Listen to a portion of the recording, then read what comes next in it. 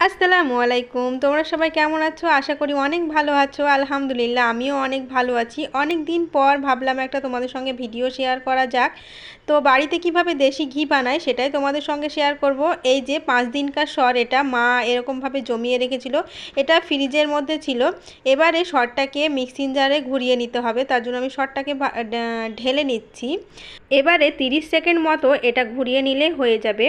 আমাদের যখন mixing jar ছিল না তখন মাকে আমি ঘি করতে দেখেছি। একটা ঘূর্ণি ছিল, ঘূর্ণিটাকে কি বলে আমি জানি না, আমাদের এদিকে ঘূর্ণি বলে। তো ওটা দিয়ে এই সরটাকে নাড়াচাড়া করতে হতো মিনিমাম আধ ঘন্টা মতো। ওইভাবে নাড়াচাড়া করে নিয়ে তারপরে এই রকম দলা বাঁধতে শুরু করতো।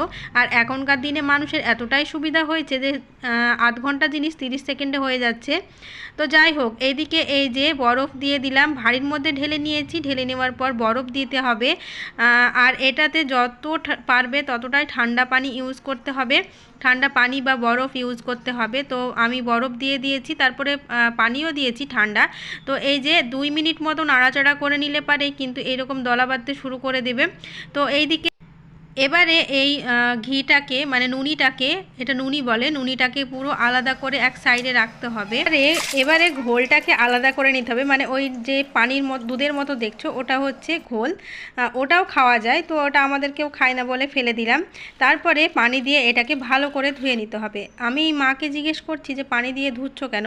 তো বলছে যে এটার মধ্যে যে সরটা থাকবে সেটা থাকলে নাকি ঘিটা অল্প দিনে নষ্ট হয়ে যায়, সেই কারণে ঘিটা মানে নুনিটাকে ভালো করে ধুয়ে নিতে হবে। ধুয়ে নেওয়ার পর নুনিটাকে চুলার ওপর দিয়ে জাল করে নিতে হবে 1 মিনিট মতো।